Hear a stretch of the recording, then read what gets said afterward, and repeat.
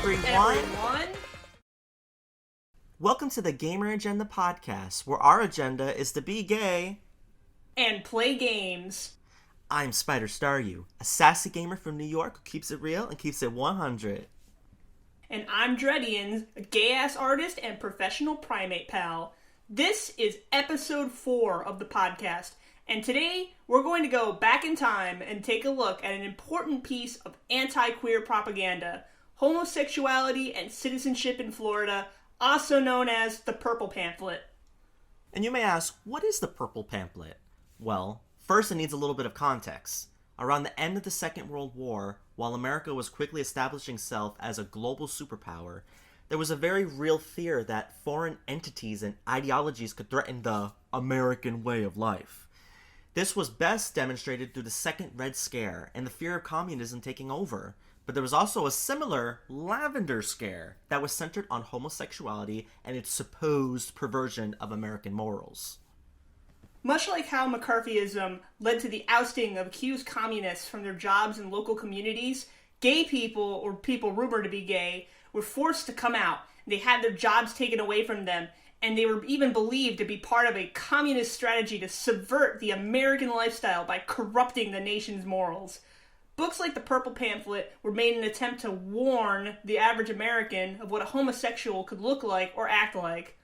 And the Purple Pamphlet was published in 1964 by the Florida Legislative Investigation Committee, FLIC for short, and detailed the lives of homosexuals, their slang, and the types of perverted and degenerate sexual acts they performed, even going so far to claim they were grooming and indoctrinating children into the homosexual lifestyle. Sound familiar?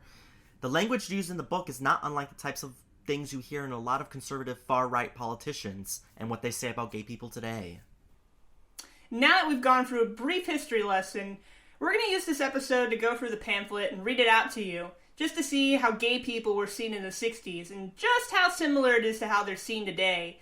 Despite all the monumental political change that we've seen in America regarding gay people since then, such as legalizing gay marriage, which, by the way, didn't happen until 2015, if you can believe that. It's not even a decade old yet. Mm-hmm.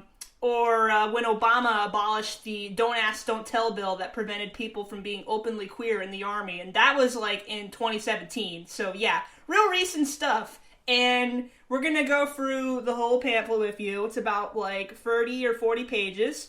And you're going to see that a lot of stuff hasn't changed since then. A lot of stuff hasn't changed. And I think it's very important that everyone listen, whether you're queer or straight, but especially if you're queer and you're young, you may not even realize that a lot of stuff that you're hearing today has been going on for decades and decades and decades. So I think this is a very important listen for you all. And if you're watching on YouTube, you'll be able to see the pages on there and read along with us. But yeah, overall, I just think this is a very important thing for everyone to hear. And I thank you guys so much for listening. And we're going to get started and read the pamphlet. Are you ready, Dredians? Mm-hmm. Everyone sit down. It's story time. But this is a very real story. No fairy tales here. Not a one. So I'm going to get started, and we're going to be alternating, me and Dredians. So I'm going to read a page, she'll read a page, and let's just get started, right? So everyone relax, and we're going to read you the pamphlet. Homosexuality and Citizenship in Florida. A report of the Florida Legislative Investigation Committee. Preface. The 1963 Florida Legislature created a Legislative Investigation Committee, a continuation of similar interim committees active on behalf of the state since 1955. Including the committee's mandate from the legislature was was a direction to investigate and report on the extent of infiltration into agencies supported by state funds by practicing homosexuals, the effect thereof on said agencies and the public, and the policies of various state agencies in dealing therewith. To understand and effectively deal with the growing problem of homosexuality, an understanding of its nature and manifestations is essential, and it is for that reason that the committee has sought in this report to preface its recommendations for the special studies leading to legislation with a review of the scope and nature of homosexuality. Although this report has been prepared in keeping with the committee mandate, primarily for the benefit of state administrators and personnel officers, it can be of value to all citizens, for every parent and every individual concerned with the moral climate of the state, should be aware of the rise in homosexual activity noted here, and be possessed of the basic knowledge set forth.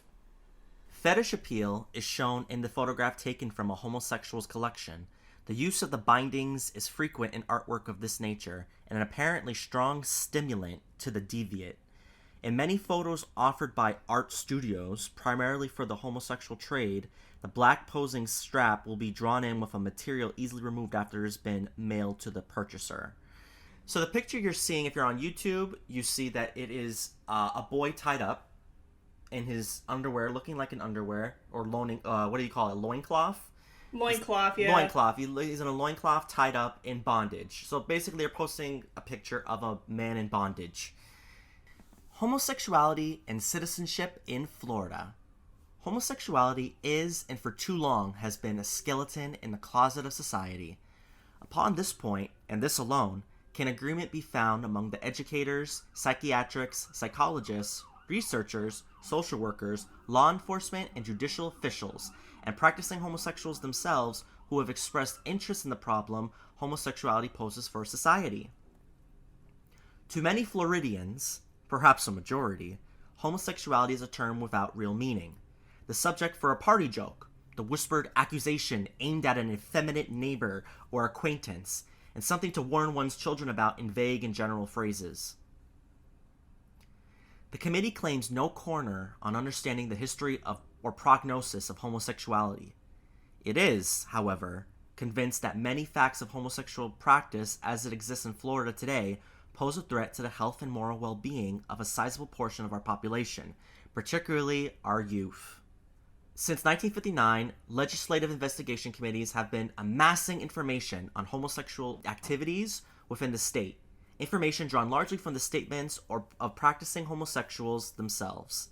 In 1961 and 1962, a special committee appointed by the governor and directed by the Florida Children's Commission and Sheriff's Bureau explored the problem as it exists within the state, and brought together in a series of meetings leaders from all walks of life for serious consideration of homosexuality and recommendations for broadening public knowledge and understanding of it.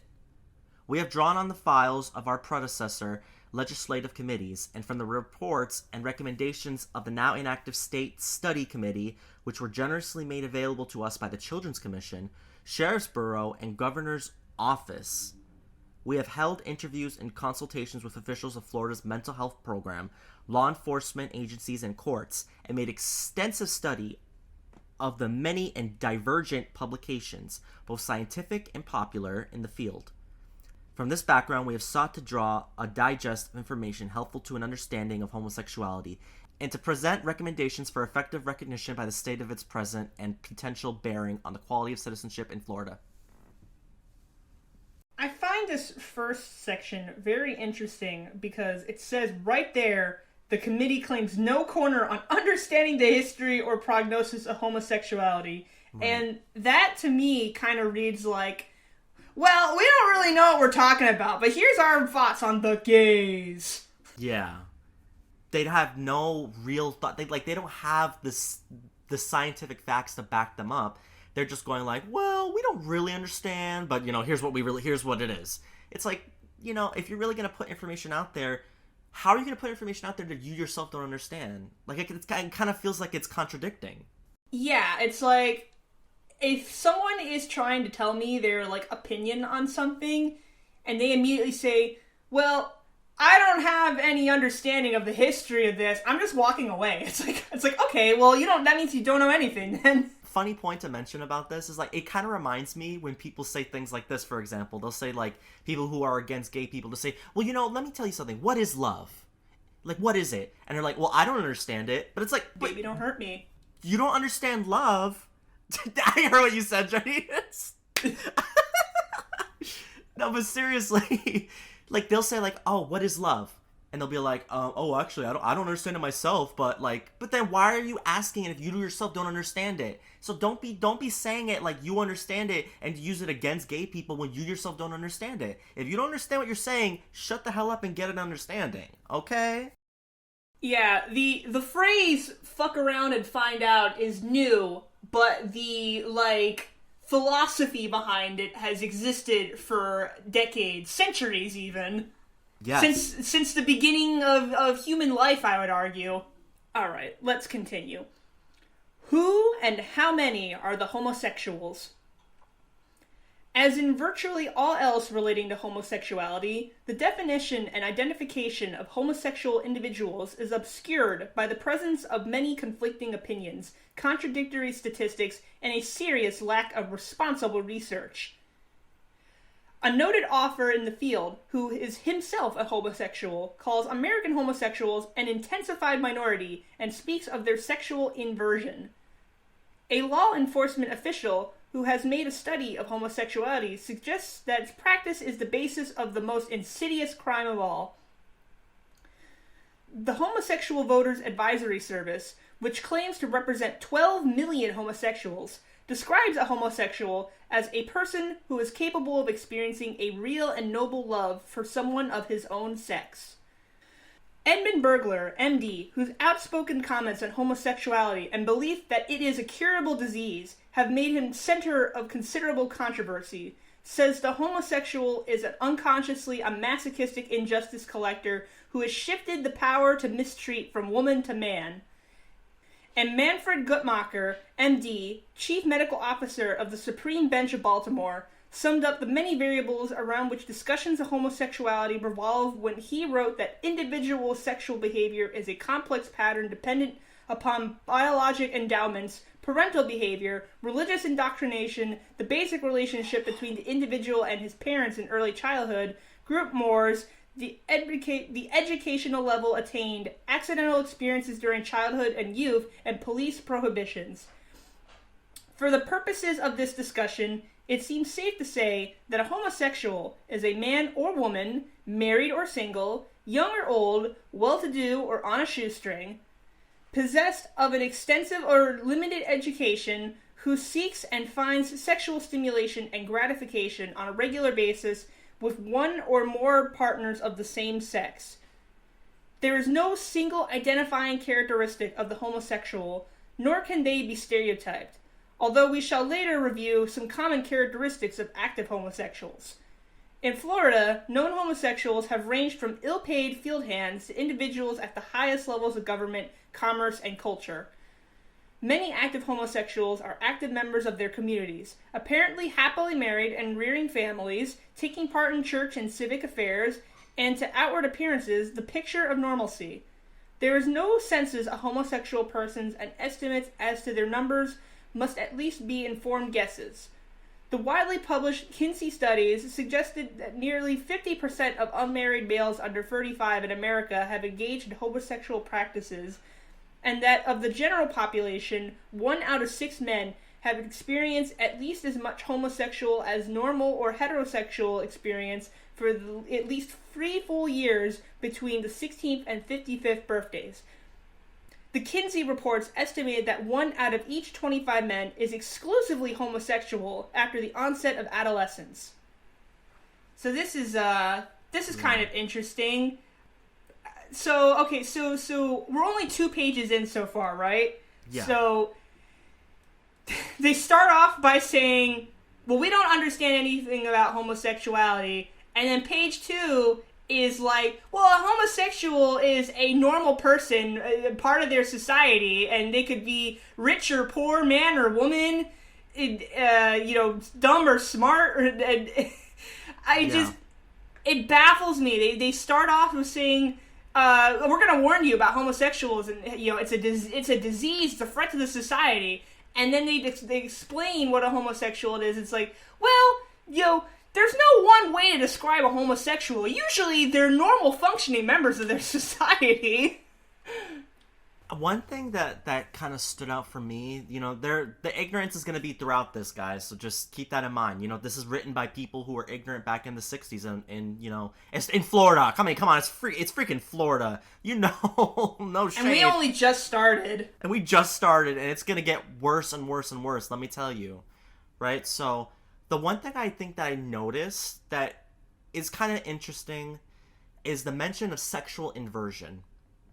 And I think they're going to mention it more throughout the pamphlet. And, we could do like a whole podcast on like history of like how they represented gay people back then, like how they were studying gay people. And one big thing was kind of saying that gay people experience sexual inversions, or that they had the brain of the opposite gender. So, for example, a gay man had the brain of a female. So they were basically, you know, in error. That's kind of what they're saying. Like, oh, you're in error. You're a man that has a female brain. Oh, that's why you act effeminate. That's why you're attracted to men, because the female brain craves men. It's like, no. No. Like, so much of this is like, it's crazy when you think of this. And remember, this was the popular opinion. Like, not many people knew about homosexuals or knew about gay people. Cause we could have a whole thing about mentioning homosexuals, because it feels like Dredians mentioned it when we were preparing for this. She said, like, you know, I don't know, saying homosexuals kind of just feels wrong, because it kind of feels like what'd you say? Like, it kind of feels like derogatory, and it kind of does. I said, reading this and seeing people refer to gay people as homosexuals is like when a person when, you know, there's those guys that, like, call girls females. It's like, oh yeah, I know what the females want. And it's like, linguistically, that's correct. Like, yes, women are females, gays are homosexuals, but it just, like, sounds derogatory. It's like, how are you doing, my fellow female? My homosexual? How are you today, my homosexual friend? I am a homosexual female. I am a homosexual male. And yeah, about the sexual inversion thing, it's, you know, if that's really true, which it's not, you and there's a mix-up in the factory. We gotta go get some brain surgery so you can have the proper male brain that's in my head, and I can have your female brain. Exactly. We gotta get a brain transplant, because clearly we have the wrong brains that are attracted to the wrong sex, and it's baffling. We're gonna keep reading, guys, but it's baffling to me that people had to literally grow up in an area where this was common belief. Like, when they were investigating sexual inversion, that goes all the way back to, I think, even Germany, when they were investigating that stuff before, you know, all those, you know, studies got destroyed. You know, they really thought that, like, oh, you have a problem. You have the brain of something else. And the demonization of gay men is crazy to me. It's crazy, right? So Just one more thing. The sexual inversion thing with the brains, it reminds me a lot of phrenology. Okay. And it is a supposed study of, like, it's like the shape of your cranium, like, determines your character.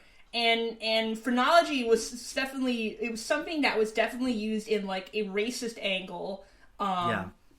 Where they would, like, literally say that black people or Asian people had different skulls from white people. Like, usually they would present, like, black people's skulls as more, like, primitive. Like, you know, if you ever look at, I mean, I'm a primatology student, so I've seen a lot of, like, modern human skulls next to, like, Australopithecines and chimpanzees and gorillas and all. They would, in phrenology, they would have, like, black people's skulls, and it would just be like an ape skull or some shit, just, like, wide brow ridge, like, cranial sagittal crest, and be like, you know, this is like a primitive skull, and it proves that they're savages. And so the whole, like, brain thing, like, and it also, you can also tie it to, like, how transphobes are so attached to biology. It's like, oh, you're biologically a man, and people are making up fake shit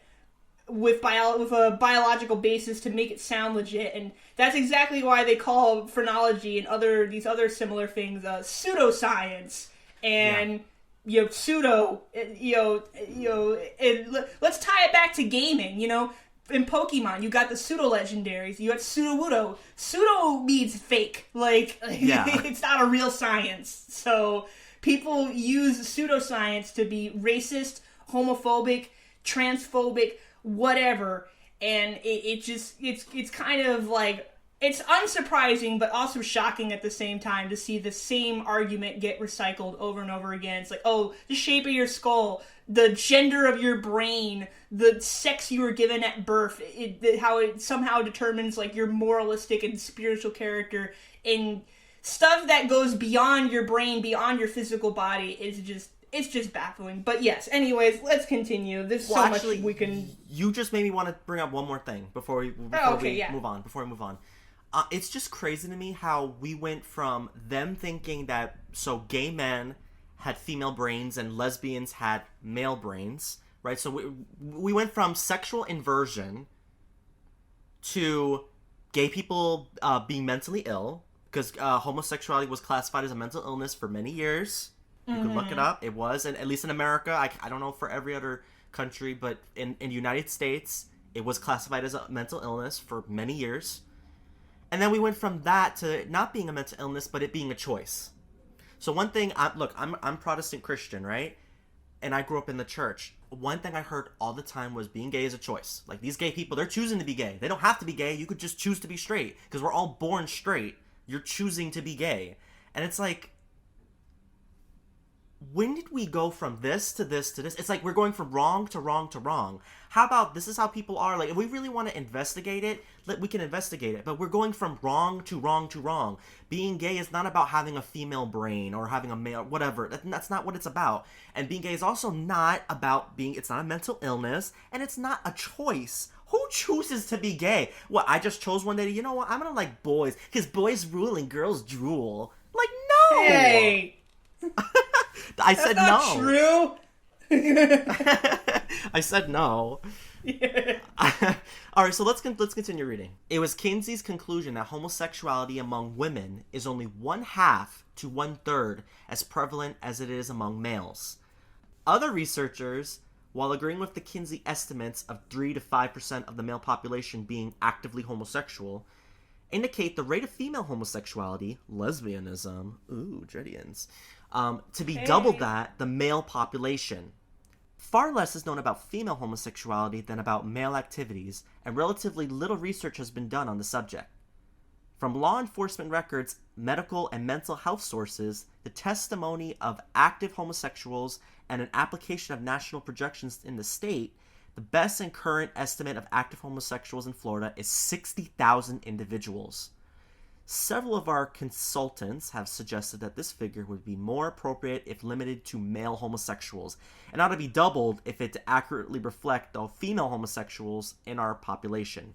This figure, comparable to the population of Florida's capital city, reflects an increase in the state's homosexual population in recent years, and the expanding open activities of American homosexuals. Some 100,000 of whom dwell in New York City alone, and whose ghettos there recently prompted the staid New York Times to delve into their deviations in a lengthy feature article. The origins of homosexuality are obscure, as is the question of whether it is a sin or sickness. It is depicted in ancient cave drawings, was recognized in the culture of the Golden Age of Greece, figures in the controversy over Shakespeare's sonnets, is regularly debated in the scholarly seminars of forensic medicine, and figures prominently in security considerations in the highest echelons in today's world powers. Rather than review the multitudinous theories, conclusions, contentions, and claims advanced through the years to clarify consideration of homosexuality, we have contented ourselves with presenting as an appendix to this retort, as complete and responsible, a bibliography on the subject as we believe can be compiled, and leave to each individual the prerogative of selecting the authority and theory that most nearly jibe with his own views. We would, however, suggest that the biblical description of homosexuality as an abomination has stood well the test of time. Oh boy. Oh God, help us. What a sentence. What an ending to that paragraph. A complete mess. The special world of homosexuality. For the active homosexual, there exist two worlds in which status, stature, and security must be sought. The first is the straight society, where conformance to... The first is the straight society, where conformance to accepted social, moral, and legal standards sets the pattern of conduct familiar to most of us. This is the world of the coffee break, the PTA, and the myriad other bits of Floridiana and Americana, providing for most a comfortable and secure existence. The second is the gay society, Hey. populated by homosexuals and replete with its own language, customs, and dangers. I almost said dangers. Dangers. It is a well-organized society, extending from homosexual hangouts in public restrooms to the offices of several national organizations through which articulate homosexuals seek recognition of their condition as a proper part of our culture and morals and appreciation of their role in our history and heritage. In homosexual circles, the terms queer and deviant seldom, if ever, are heard. Those individuals who have come out or committed themselves to a life of homosexual activity are gay and will be found at gay bars, eating places, organizations, and shops. They may well be cruising, driving, or walking through areas where they believe they might find trade individuals, not necessarily homosexual, who will serve as passive partners in the performance of homosexual acts. Many homosexuals, and the majority of those apprehended by law enforcement authorities, take their sex where they can find it, be it in a restroom or a park or other public place, a car, be it moving or parked, a residence or a hotel room. For the guidance of the uninitiated, we have appended to this report a glossary of homosexual terms and a catalog of homosexual acts. Yeah, this is going to be real fun to read later. They actually have, they dead ass Yes. have like a whole encyclopedia of gay terms and like gay sex acts. So I can't wait to read that. yeah, get ready for that. The two homosexuals most familiar to the general public are the Swish Queen and the Butch. Hey, it's us! Hey! Should start like a radio channel. It's like, hey, you're listening to Swish Queen and the Butch. That we should have named our podcast that. The Swish Queen and the Butch. Yeah. The Swish Queen is the ultra-effeminate male who will occasionally be seen fully dressed in women's clothing. The Butch is the ultra-masculine female, muscular in build, with mannish haircut and tailored clothing. Damn, I wish I looked that good. These are in the minority of homosexual society and cannot be considered representative homosexuals in general. Homosexuals are given to freely discussing their status, even when under arrest. From these commentaries and from perusal of two major homosexual publications, One Magazine and the Mattachine Review, both propaganda arms of national homosexual organizations, some clarifying conclusions can be drawn. A key homosexual aim is recognition. A spokesman for a major homosexual group put it this way: the time is coming when homosexual love will be accepted in America as it is now in some other cultures of the world. Homosexual love is just as beautiful and health-producing and as spiritually ennobling as heterosexual love. We homosexuals, too, know that sex without love is empty, incomplete, and unsatisfying. But with love, homosexuality, too, can bring ultimate fulfillment. That this fulfillment cannot biologically include the creation of new life through children does not mean that homosexuality should be condemned. Neither do heterosexual love relations, when birth control by any means is used, result in procreation. The emotional, physical, intellectual, and spiritual oneness experienced between two men or between two women in love is in every way comparable to the same beautiful emotion experienced between persons of the opposite sex. Wow. So we have a guy here, completely average homosexual gay person, just in the 60s, just saying, hey, we're normal, we know what love is, and like, we can, even though we can't have children, even though two biological men and two biological women can't have children together, you know, we're still capable of love, like, just the same as, like, a hetero couple having sex with, like, protection, or birth control is still love. And I just think the way this guy talks is very modern. Like, he just sounds like a guy who would be making the same statement today, and it's a little sad that people still kind of have to make the same statement. Like, I know in America, a lot of the discourse is kind of pushed more towards trans people, but you still have gay people trying to defend their right to love. It's like, we still haven't fully moved out of the 60s, people. No, we haven't, and a lot of these viewpoints are still held to this day, and it's it's so sad, you know. I never can understand how people can be so blind to, look, you may not understand it, but this is how they feel. Like, I think some people, like, I'll use straight men as an example. They literally see, like, look, I like women. Women are so sexy. Like, how can you think anything else? Right? Like, how can you think anything else? Like, they're just so good. But they don't understand that I literally can't even conceive that feeling, that emotion, because I don't believe that. I think men are very attractive. I think they're attractive sexually and romantically for me. You know, so I think what it is they have to understand, right? What it may not fit you, but it is how people feel.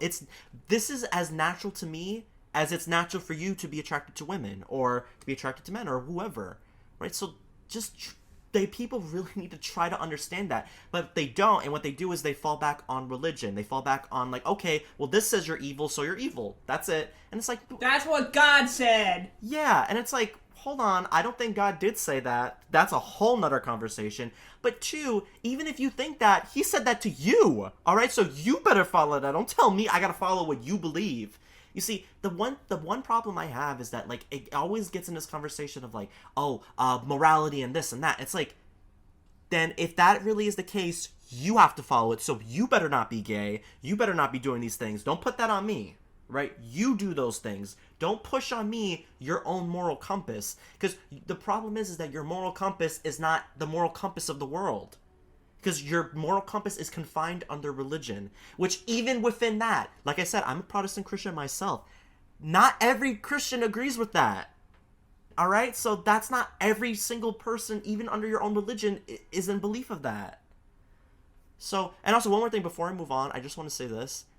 This little pamphlet might be a little fossil in history because I have never heard in my, as a gay person for I don't know how many years, like, come on, I have never heard swishy in my life, like swishy or swishy queen. I looked it up, and swishy, I think, literally just means, swishy just means being effeminate, being, you know, flamboyant. So, this is my first time hearing it. The only swish I know is swish, swish, bish.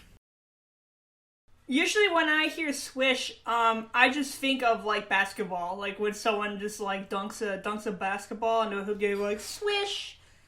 Yeah. So maybe that's my man brain talking, because, oh man, I'm thinking about sports. Sports and beer and pussy. See, that's that male brain talking. Dreadies. Yeah, I'm the real picture of a butch according to this pamphlet here. Ultra masculine, yeah, you know, muscular in build. Well, you know, I'm kind of working on that. Mannish haircut, not really. Tailored clothing, absolutely not. Okay, so maybe I'm not the picture of a butch. I mean, well, their definition of a swish queen, I 100% don't fit that at all. I don't dress as a woman. I've never seen you dress in women's clothing. Not once. I feel lied to. You see, so they don't tell the truth all the time. And you see all the mentions they mention of homosexual acts, like, oh, these homosexuals do it in the restroom. They do it in a car, either parked or moving. It's like, straight people do that too! Are you kidding me? Stop emphasizing, stop making straight people seem pure. Right? Stop saying, like, oh, they're just good old Christians who behave and they're never naughty or sexual. Get out of here. Are you kidding me? How many times I've heard from my straight friends who've had sex with so many different girls? I'm not saying that's bad, but I'm saying, like, I've heard so many of my straight friends talk about literally having sex with multiple girls, but I don't see this mentioning heterosexuals being promiscuous and doing it in the car and this way and that way. So, come on. Like, don't put that only on gay people. This is reminding me a lot of the bisexuality podcast we did a few episodes ago, where a lot of the people that we interviewed in our Google Forms survey, right. They all said that, like, they're tired of the stereotype that, like, bi people are just horny all the time. They want to have sex with everybody. This pamphlet here is kind of painting gay people in a similar light, where it's just like, all they do is fuck, and they can't love. They just fuck, and they're deviants, and they have all these weird sex acts. I don't even think they mention bi people at all in here, because they're just talking about the homosexuals. And And let's be real, they're mostly talking about gay guys. They mention women a couple times so far, but a lot of the emphasis here is on men. It's It's a demonization of gay men. Mm-hmm. And this is a theme that you see happen a lot through history. Men are punished for being feminine, even if they aren't gay. Like, if you just have a straight guy. Like, for example, I have... Okay, this is gonna be funny. I have two dads, but they're not gay. I have a dad and I have a stepdad. Like, my birth mother and father divorced, but they're still in a good relation. They're still friends with each other. I still have a good relationship with my blood father. I see him often, but I also have a stepdad. So I have two different dads, and they both really like to cook, and they do a lot of things that would be considered, that's like that's the woman's job. That's women's work.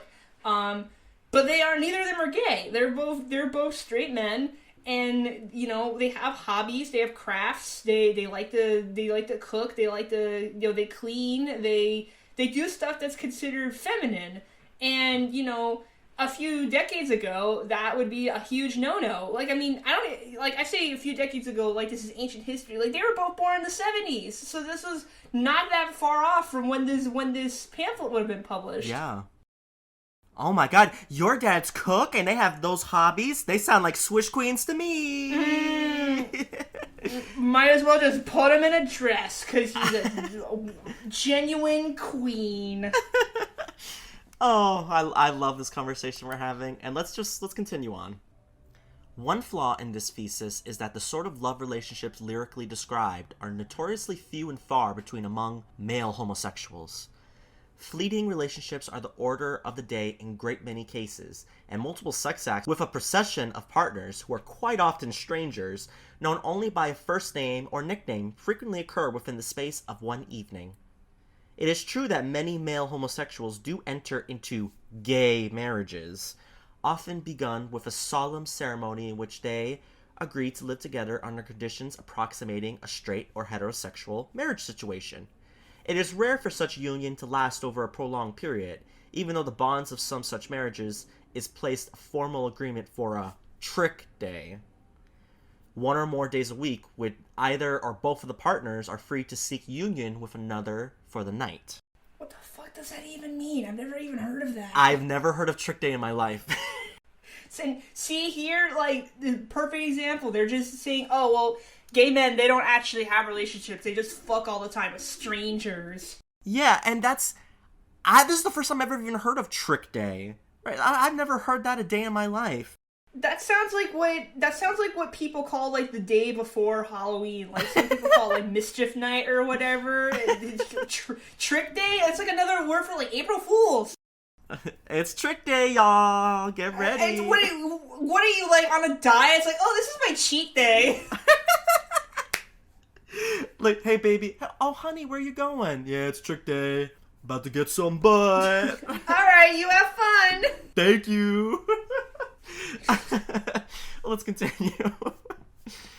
In the case of... And also, real quick, guys, you have to laugh at this. Like, we could take this information and be like, damn, like, be so devastated.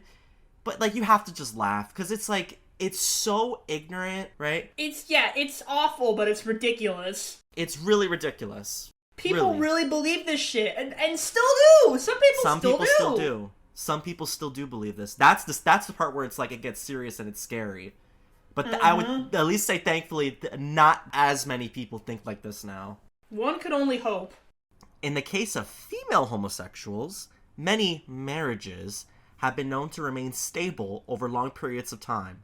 There is speculation that this is due both to the inborn desire of the women for a more settled existence, and because two women living together are less apt to cause comment within a community than would two gay men.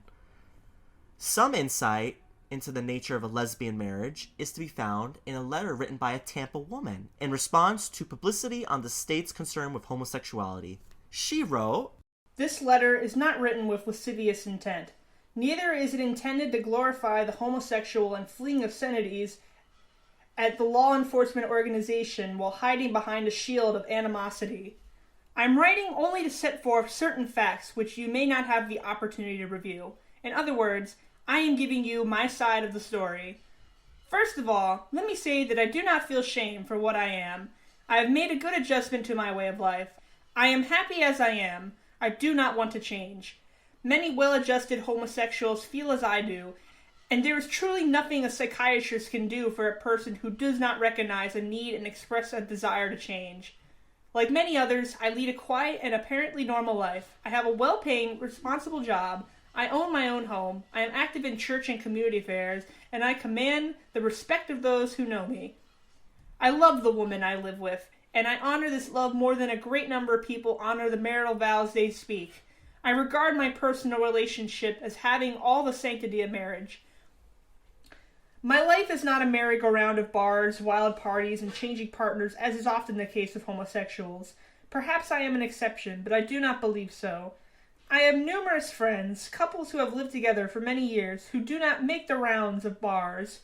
Although we cannot attend formal dances and other forms of recreation which require mixed couples, we find many clean and wholesome activities such as bowling, tennis, card parties, record parties, etc. I will grant you a point. Homosexuality is, as a total picture, a dread disease. It must be stopped from spreading rapidly, but I must protest the manner in which it is treated. Homosexuals are not all alike, yet all are treated alike as criminals and when investigated are submitted to vulgar questioning, abuse, and undignified treatment. This handling is not restricted to those who have committed a criminal act, but to be very frank, it is common treatment of anyone suspected or vaguely connected with homosexuality. Must I be stripped of my privacy and all the pride and dignity that I enjoy as an American simply because some element in my environment, some incident in my childhood, or some faulty parental relationship has produced an individual who chooses to love one of the same sex? Very truly yours, just a girl of 24. Wow. This lady a bitch. Yeah, this lady reminds me very much of a problem we have today in our own community, which is, I like to call them the pick-me gays. They're the gay people who make themselves look good, right? So they'll be like, well, I'm innocent. I don't want to hurt anyone. Like, they make themselves look good, and then they want to just dogpile on every other gay person. So, for example, they're good, they're clean, they're safe, but all those other gays, they're groomers, they're pedophiles, they're gonna hurt your kids. Oh my god, they're trying to make your kids trans now. Like, that's what they believe. That's what they do. And that, to me, there's a special kind of evil in the world when you make people like yourself look bad. So, like, you cross over that line. Like, you cross that line where you're okay with those people, but then everyone else is not okay. It's a special kind of evil. It's a special kind of evil to me to focus on your own people and demonizing them. It's like, why? Like, you think that's the way to do it? That to bow down your head and go with those people who literally, be real, they don't like you still, right? They'll say that stuff like, oh, I'm okay with you being this queer, but they don't really like you. They still won't watch gay movies with you. They don't want to see gay people happy. So you're basically bowing your head to people who don't like you and don't give a damn about you. So this woman, girl of 24, look, I don't know what it was like being gay back then. So maybe I'll at least give her a little tiny bit of credit that, look, maybe she really felt like she was just protecting herself because of the fear of what would happen back then. Because there were not a lot of people on the side of gay people back then. But even then, saying that, how horrible that she has this in history, which I don't know if she's still alive today. It's so many years, like she would be like in her 90s. She would be like in the 90s if she was still alive. But how horrible that you have this piece of history where you're dogging out your own people because you're saying it should be stopped. It's a disease. It should be stopped from spreading rapidly. You also know that as a lesbian woman, you're not treated as badly as gay men are. And you're not demonized to that same extent. Yeah, the pick-me gays or pick-me queers, it's not even just gay people, very kind of prevalent issue in the youth of today, especially like people who are on social media a lot, or as some people call chronically online. You want to make yourself look so good to the straights, to the conservatives, and be like, I'm not like those other guys. Those other guys, they're perverts, they're pedophiles. You sound exactly like this woman if you do that. Like, you're talking about how happy you are to be a gay person, a queer person, how your life is normal, you're a functioning member of society, and yet you still want to turn around and call homosexuality a disease. You still want to bring down your own people. And the reason we keep fighting, the reason gay people keep fighting is that we are a community, we are a family. Even if we do not know each other, we have each other. We should at least have each other for support. And if we are going around throwing each other under the bus just to make ourselves look good, even if you're scared, it's understandable to be scared, but you can't be doing that because you're only weakening our arguments. You are to save yourself by sacrificing another person is selfish. Yes. Especially when I don't know what I was gonna say. It's just selfish. It's very selfish, and I noticed that a lot of people who do this are like either gay people, like what this woman is. She literally is in a relationship. She literally mentions that she has a woman that she loves, right? So you're in a relationship, you're happy now, so then screw everyone else. It also reminds me of we've seen trans conservative people do that, where like, okay, they transitioned, now screw everyone else. Like, oh, you want to transition? No, we're gonna be against you. It's like, wait, so you're literally so you passed the line and now you're happy with yourself, so then it's like, oh, screw everyone else, I don't want to help anyone else out. Like, that's messed up. It's totally messed up. Just because you're a queer person doesn't automatically make you a good person. You still have your moral responsibility as a human being to support and care about other human beings. You can't just inflate your ego and make yourself look good by stepping on other people's backs. Well put. Very well put.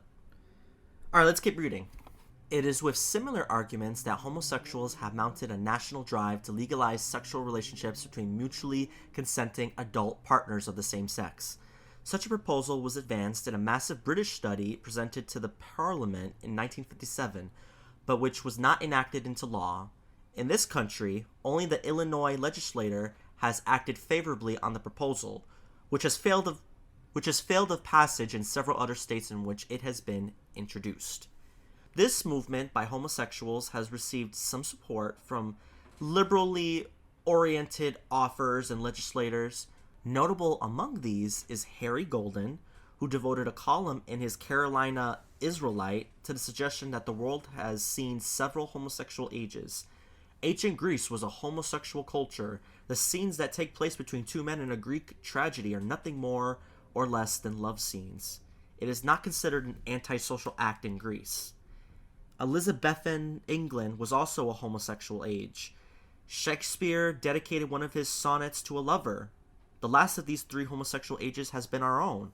Homosexuality took on the characteristics of an endemic affliction after World War I, which destroyed all of the old values. Pioneer America may have known isolated cases of homosexuality, but it is industrial age and the atomic generation which have given it a new popularity. Society would feel better if there were no homosexuals, but our laws have to face the truth that every society in one way or another produces certain aberrancies. In a religious society, you have heresies. In a wilderness society, renegades, and in this society, homosexuality. Society must change itself to lose homosexuality. It can't be stamped out until we make some of our laws humane. We will be unable to understand the problem, let alone deal with it. On the strength of such reasoning, aggressive homosexuals are assembling a considerable array of supporters from the straight world, whose sympathies and lack of knowledge of the other side of the homosexual coin prompt their support of a drive for rational legislation at both the federal and state levels. Yeah, so this guy makes a great point. Homosexuality is very much not a new thing. There's been different iterations of it, different forms of queer love throughout the ages. And the examples he gives are particularly great. Like, there is a lot of gay shit going on in ancient Greece and ancient Rome. Even in Native American cultures too, they have. No, yeah, I was just gonna say, and even in Native American cultures too, there you see homosexuality. Even I think in some of them you see like two spirit, which is kind of like being trans. Mm-hmm. So you see that too. So it's existed in many societies for many years. Yeah, we do plan on making an episode about the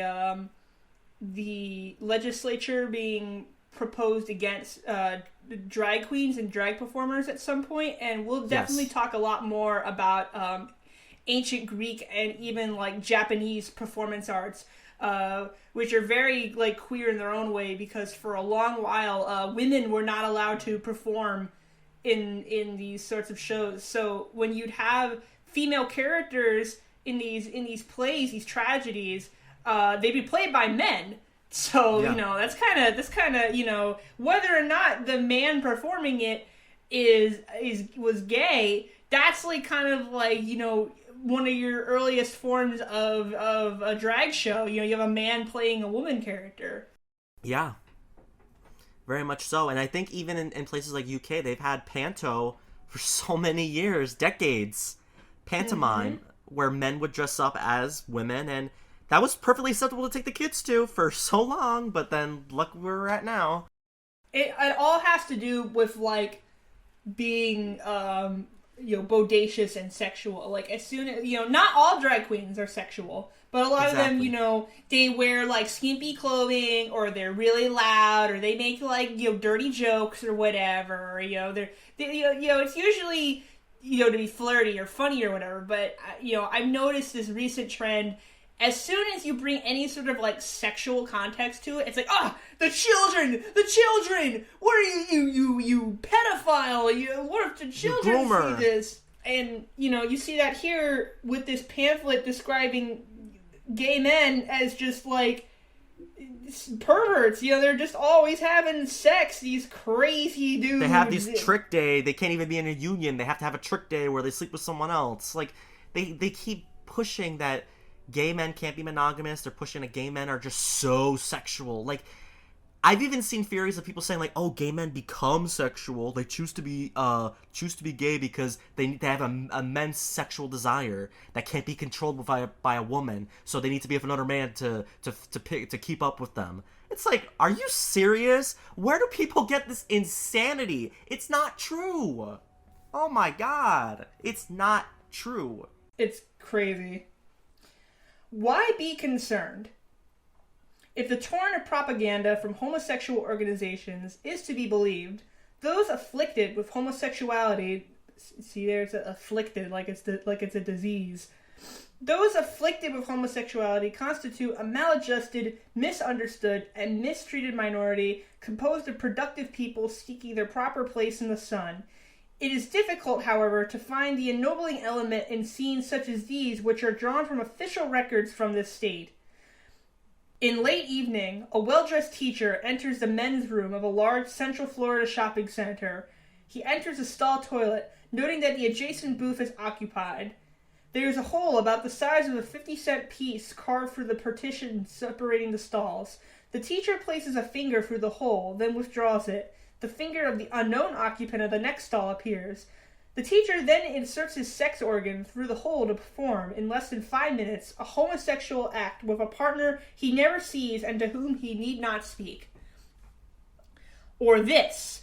The athletically built Little League coach in West Florida lived at home with his mother, but he was in his mid-20s and only recently returned from college, so no one thought it strange. He was looked up to by the parents of the youngsters he tutored in sports, for the 10 to 15-year-olds obviously idolized him. So it was that it came as a special shock to the community when it was revealed that he had systematically seduced the members of the baseball team into the performance of homosexual acts, and that he was using the services of a willing 13-year-old girl for the normal sexual stimulation of the boys and for his own gratification. And this. In South Florida, it was possible for visiting homosexuals to obtain the services of a male partner ranging in age from the early teens to adulthood for a single act or the duration of his stay, with about the same ease and comparable cost as other tourists on the town obtain the services of a high-class prostitute. When the boys in this ring were not on call, they passed the time posing for nude photos to be made part of the tremendous traffic in homosexual pornography. Alright, so here they're kind of demonizing homosexuality by giving you these examples from official state records. You've got the first one, you got a teacher who goes into a bathroom and uses a glory hole. Right. Second example, you have a little league coach who apparently seduced and had sex with his teenage, baseball team. And then third, you have examples of homosexual prostitution with young boys, like, underage boys performing sex acts and posing nude for photos for the intent to be distributed in homosexual pornography. So they're taking these three isolated events and portraying them, they're blowing them up as this is like what all gay people do. As if we ain't dealing with straight pedophiles and straight people using prostitutes and straight people going who knows where to have sex with a man or a woman all the time. These are not events that are isolated only to homosexuals. These are things that happen all the time, like it or not. People are going to have sex. We have children being abused all the time by men or women, gay or straight. Prostitution, that's a thing. I would argue that you hear more cases about little girl prostitutes being used with straight men than little boy prostitutes being used with gay men. I don't have a source on that, but it's obviously something that exists in both the straight and gay world. The straight and gay, God! It's something that exists in both the straight and gay worlds, so it's kind of a, you're kind of like falsifying an argument by only applying it to gay people, because it's awful either way, but to say that it's something that is happening because they're gay is that just, now you're just bullshitting. Well, also, let's remember something that's very important. There's way more straight people in the world than gay people. 10 billion times more. There's so much more straight people in the world than gay people. Gay people only make up a certain population of the world. Like, there's not that many of us, right? There's not as many as you would think, right? So, that's number one. Number two, how are you going to equate a person abusing a child, abusing a teenage boy with being gay? One of the biggest problems we have is that we like to equate pedophilia, not we, but I'm saying society, people in society, they like to equate homosexuality with pedophilia, saying like, oh, you see, they mentioned the act of, oh, okay, this guy who looked up to his students, who looked up to this teacher, and then he had sex with one of them, he seduced one of them. That's not normal. That is not normal in a gay relationship. That's pedophilia. But people have a problem not understanding that, oh, that's two separate things, because they equate it. They say gay pedophile. To me, I'm gonna say, this is my opinion, I'm not saying this for anyone else, but why would you say gay pedophile when I never in my life ever hear straight pedophile, heterosexual pedophile? I hear things like homosexual predatory behavior. Why do I not hear heterosexual predatory behavior? Why is it specifically you mention gay? You're mentioning it for a reason. You're mentioning it because you're saying that these people are prone to do those things, when that's not true. That's not true at all. Call pedophilia what it is. Pedophilia is not the same as a loving relationship between two adult men or two adult women. It's not the same thing. Pedophilia is abuse. It's abusing a minor, because guess what? Minors can't consent. Minors can't consent. So when you like to imply that, oh, well, these gay people, it's the same thing as the pedophiles. No, it's not the same thing. It's not the same thing. And this is a terrible example because, I'm a gay man. When I see these things of people saying groomer and pedophile, and then when those people have contacted me before and be like, oh, you're a groomer. Excuse me, no the hell I'm not. Don't call me that. It bothers me so much because it's purposely not understanding the gay people. And also, sorry, I'm in rant mode right now because this No, go off. this Go off. this gets me like really bothered. But like also, a lot of the pedophilia that goes on happens where? In schools and in churches.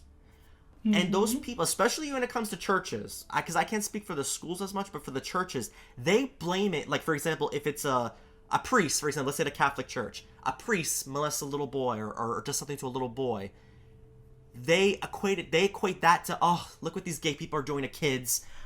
Why aren't you equating church people doing that to kids? Because that's a person from your church doing that to kids. But places like the Catholic Church literally completely like try to brush it off and be like, oh no, that's not real. Like, no, that's not us.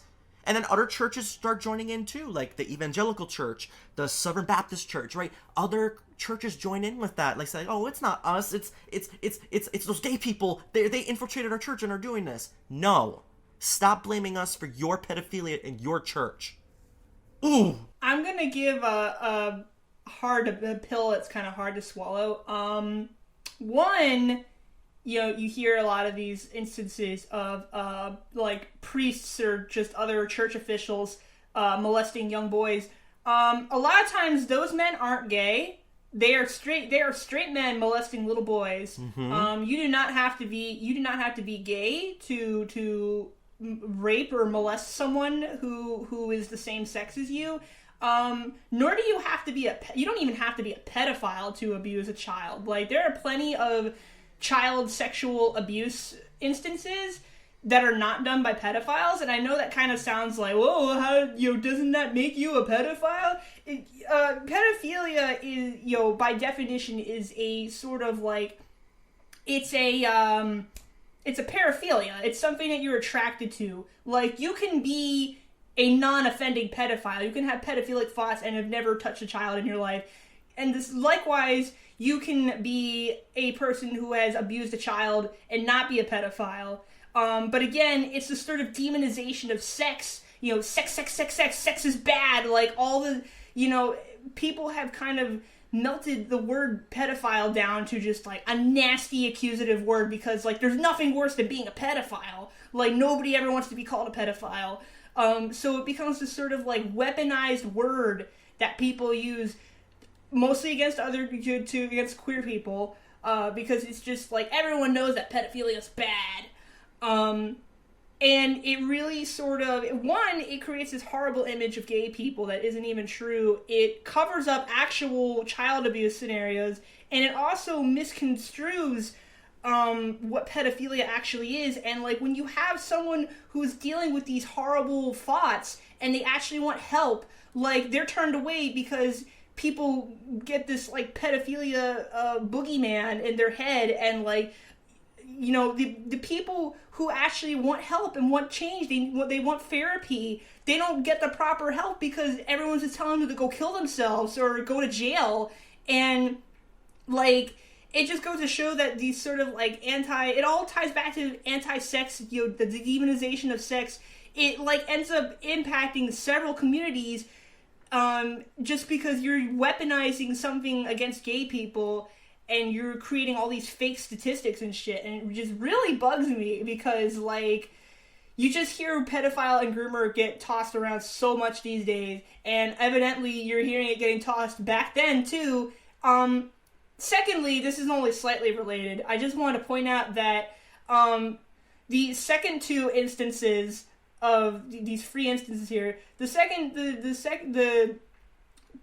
latter, excuse me, these instances that they're giving here, these three instances, the latter two are, they're obviously bad. You have a little league coach like having sex with minors. You have like children, young boys being prostitutes. Like, that's obviously bad and illegal. The first one is just a guy going to a glory hole. Like, yeah, how can you even compare that? My man just wanted some head. Like, he just wants to he get didn't sucked. even have to be a gay. He may not even been a gay guy. Like, yeah, straight people go to glory holes too, by the way. There's straight men who go to glory holes and a woman on the other side.